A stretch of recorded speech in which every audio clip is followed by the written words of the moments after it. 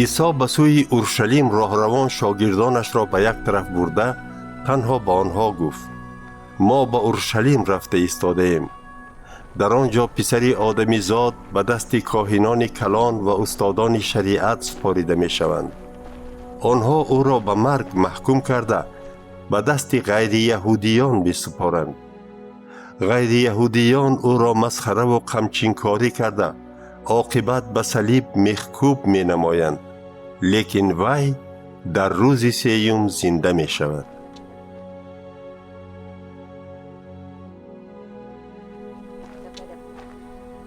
در این میان زن زبدای با دو پسرش نزد عیسی آمده به او تعظیم کرده چیزی خواهش کردنی شد.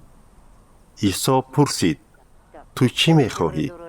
زن جواب داد: می خواهم هنگام پادشاهی کردنت امر کنی که این دو پسر من از طرف راست و چپ تو بشینند.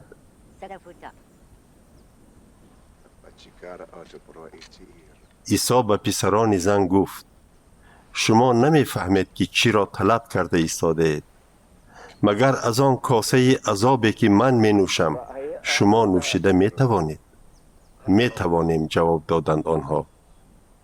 او گفت: بله، شما در حقیقت از کاسه من خواهید نوشید، اما به انتخاب کردن آن کسانی که از دست راست و چپ من میشینند حق ندارم. این جایها نصیب آنهایی میشوند که پدرم برایشان تیار کرده است. 10 شاگرد دیگر این را شنیده از این دو برادر سخت به غضب آمدند. آنگاه عیسی همه آنها را به نزدش دعوت کرده گفت: شما می دانید که پادشاهان و حاکمان و مردم خود زوراوری می کنند و حکمشان را بر آنها می گذرانند، لیکن در بین شما نباید این طور باشد.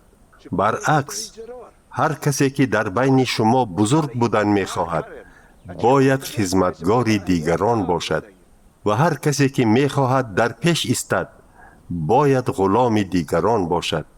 همچنین من، پسر آدمی زاد، نه آمدم که به من خدمت کنند، من آمدم که به دیگران خدمت کنم و برای نرخ نجات بسیار آدمان را سپاریدن جانم را فدا کنم.